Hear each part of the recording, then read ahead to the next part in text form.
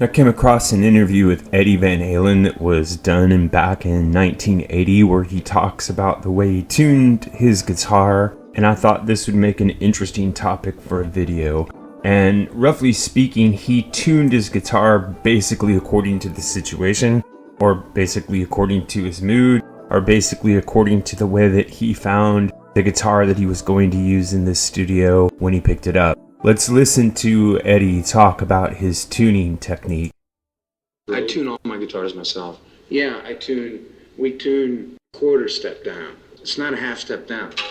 It's right between the cracks. I used to tune down to D, but then Mike couldn't get his bass tone because he'd get too much slap.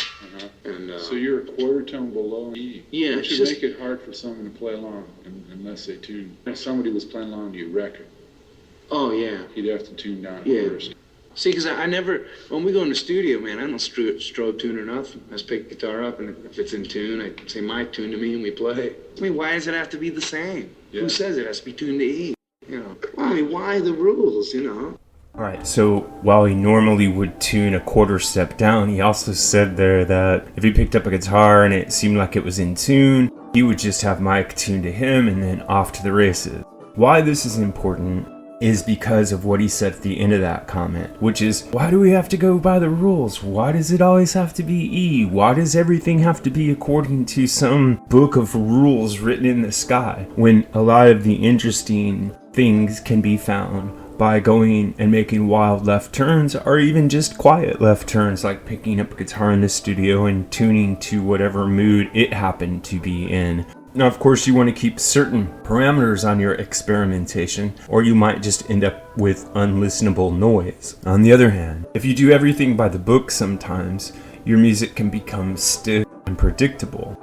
Now, I know there are a lot of gifted musicians out there that would just be mortified by the idea of hovering in between tunings, or not going by standard tunings, or taking it upon yourself to decide what is in tune. Just as there are musicians equally gifted who are mortified by being told what to do by the book, every note, to play the same every night, to always be according to the book of law.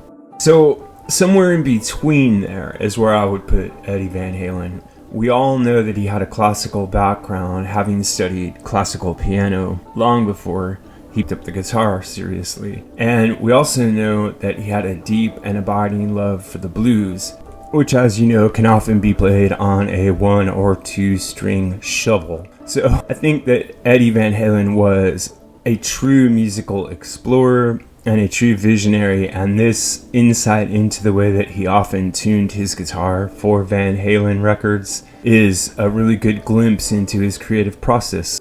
Anyway, this is what I think, but what really matters is what you think. So if you have an idea about this or any other topic connected to classic or contemporary music, please drop it in the section below, and remember to like and subscribe. Also, check out the join button that's available now.